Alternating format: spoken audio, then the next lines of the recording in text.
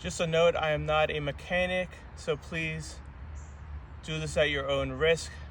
Advise your real mechanic, look at the owner's manual, be safe. Thank you.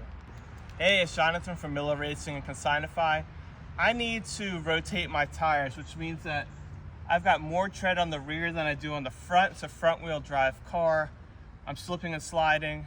I don't want to change tires quite yet, so what I'm going to do is put the rear tire on the front and the front tire on the rear. Here are some of the tools you'll need. Some brake clean, a breaker bar, rubber mallet if you can't get the wheels off, a wire brush. I've got a 17 millimeter lug here for the wheels, for the wheel bolts. This one has this protective silicone covering on it so it won't scratch the wheels. Got a torque wrench, jack, and some jack stands. These wheels have these little black bolt coverings, so you need this little, like a little hook tool, sticks in there, and these little covers, they're just black plastic covers, pull off. First step is take these off. Now what you need to do while the car is on the ground and has load on it is just break the torque on these bolts. Otherwise, when it's in the air, you just don't have enough leverage to do it. So you always break and tighten the star pattern. This is a 5 bolt, so you go up, down, up, side, down. Remember, righty tighty, lefty loosey. These are on pretty tight. If you're lucky enough to have a lift or an impact wrench, you'll save yourself some sweat here. I'm just glistening. So now that we've got those broken, we'll jack it up. I'm going to jack up in the front. I'll show you guys a picture now.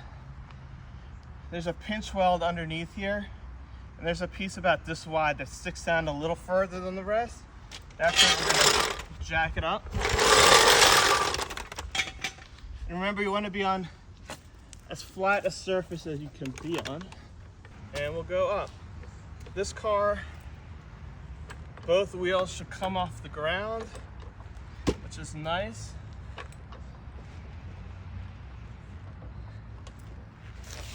We'll get it high enough to put a jack stand in the back, just for extra safety. We'll also put on that little pinch weld that sticks down.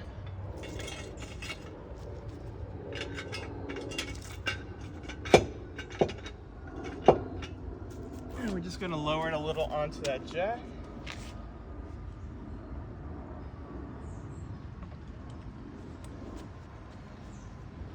And then we'll just put one in the front here just for extra protection, just in case. All right, now we're just gonna take the bolts out.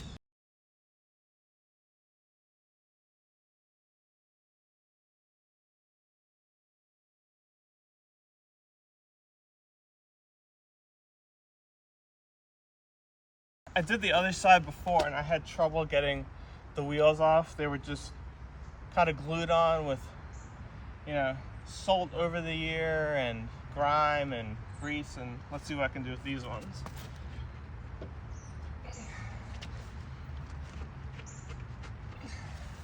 Nope, so we'll give it a little tap with the mallet.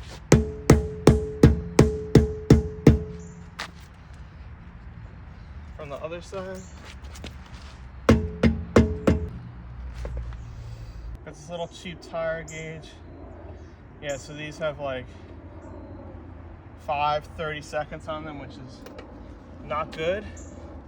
But I'm going to just spray a little brake clean on the hub here, on the back of the wheel. Take my wire brush and just give it a little clean so that when we put them back on, we get a little better contact.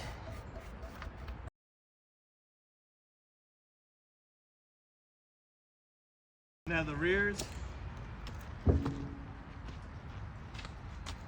Now let's check the tread depth on this rear tire. You'll see the difference.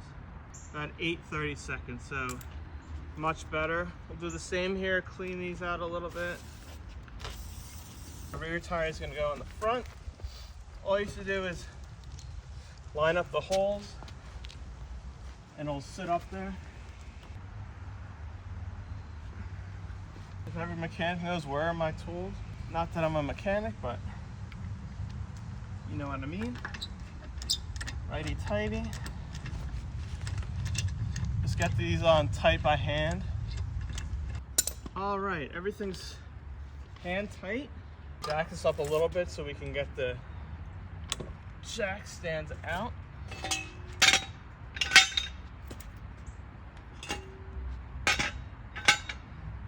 And then we'll lower this bad boy.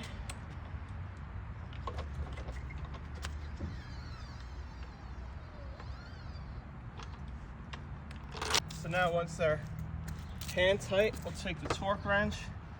You can look in your owner's manual. Volkswagen says 88 foot-pounds for this car. So once again, we'll go in a star pattern and torque these down.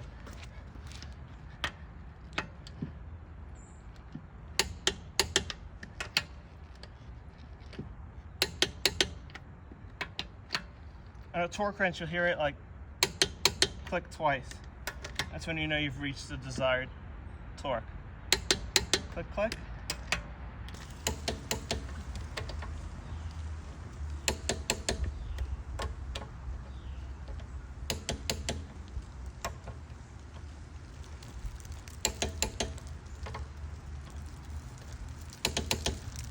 Very last step, you can put these caps back on. And that's how you jack up a Mark 7 Volkswagen Golf, GTI, or what have you. Do the same on the other side, and there you go. Hope that was helpful.